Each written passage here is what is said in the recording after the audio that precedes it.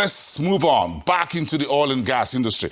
You have an indigenous oil and gas engineering company, Kenyon International, leading the laying of a 10-kilometer FlexSteel advanced subsea pipeline to support oil production in Nigeria's offshore waters. The multi-million-dollar energy infrastructure technical project underscores the key roles that local companies can play in delivering critical expertise in the global hydrocarbon industry. Joining me to discuss this in more details is Dr. Victor Ekpenyong. He's the Chief Executive Officer at Kenyon International. Good evening to you from Lagos. We thank you for connecting into the show tonight.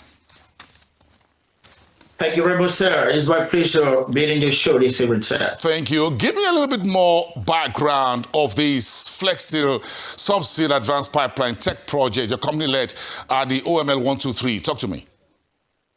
Okay, so, the Gulf of Guinea is a very prolific field that was discovered in late 50s and early 60s.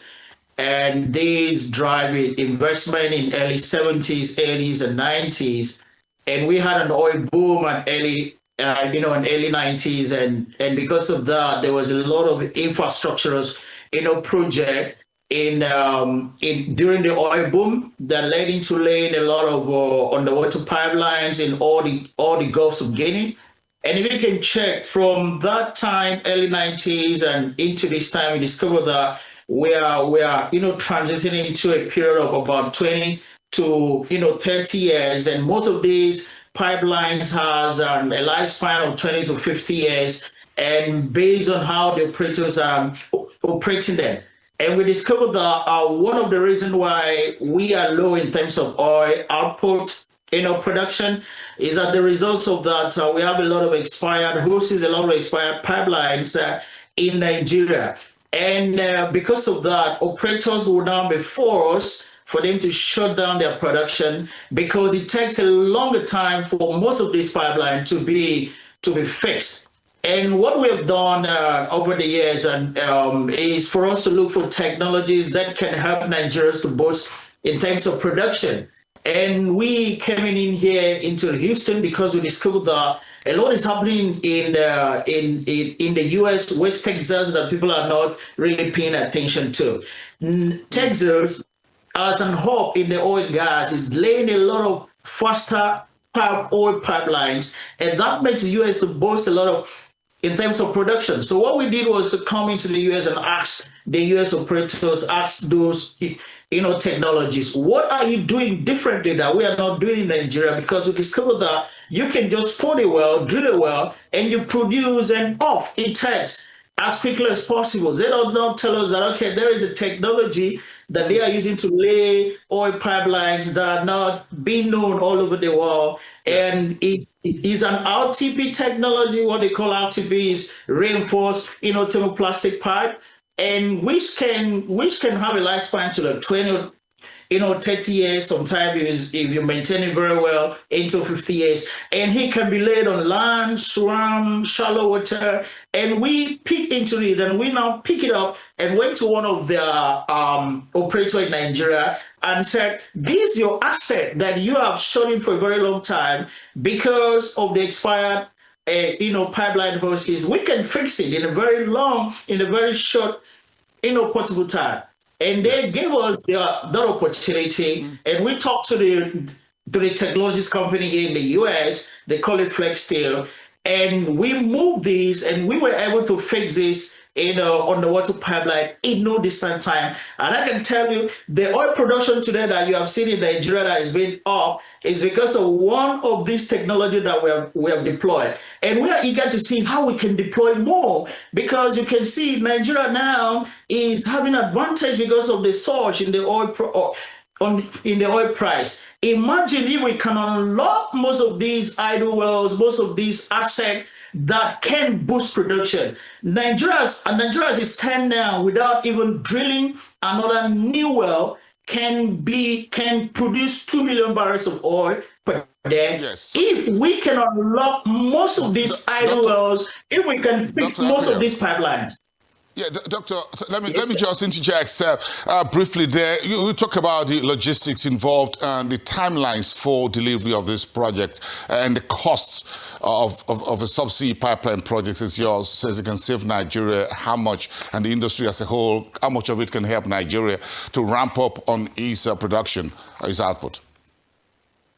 Yeah, so typically, if you want to lay a pipeline, immediately you spot it well, drill it well. The next thing you start thinking about how you're going to evacuate whatever you're going to produce, whether it's oil, gas. So these usually takes a lot of time because you need to plan and everything. And some people prefer to use steel pipeline because steel pipeline require you to do NDT, non-destructive tests. And these take a lot of time. You can see someone planning to spot and get a first oil is targeting 3-4 years because of this long protocol. So what FlexSteel have done is that you don't need all this because the RTP technology pipeline is a pipeline that if you want to deploy it on whether it's on land or swamp, or shallow water, it just allows it to run. You don't even need maintenance and so on. So it's a spoolable pipe which can be laid as quickly as possible. So that is the technology we're trying to tell the industry. Let's go into this. We have a lot of asset in land, we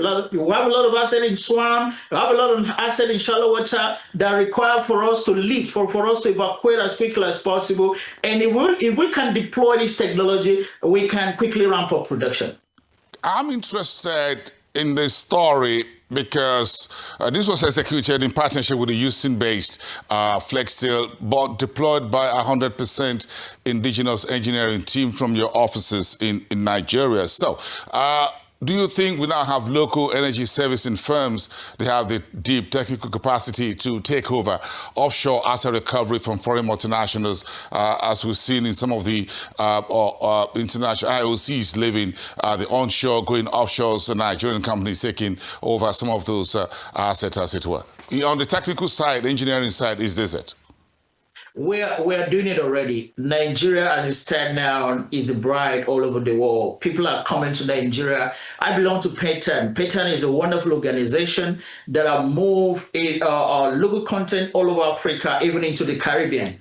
So what we're doing, Nigeria, we know we are very smart people. So when the oil and gas came, we were able to learn, and the government now helped us in enacting the law, the NOJIC Act. The NOJIC Act is what just kick us off because we have a lot of expertise in Nigeria when it comes to drilling, completion, well maintenance, even re-entry, greenfield, brownfield. We have a lot of here. And you can see what other Nigerians are even doing in taking over this asset. You can see the way we're ramping, Renaissance is ramping production, Seplat is ramping production, all these companies are ramping production because we have what it takes for us to man this industry. We have what it takes for us to bring the technology.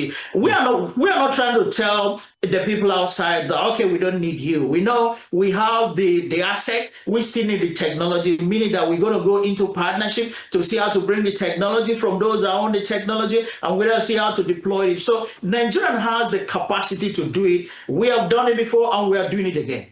And we'll continue to do it.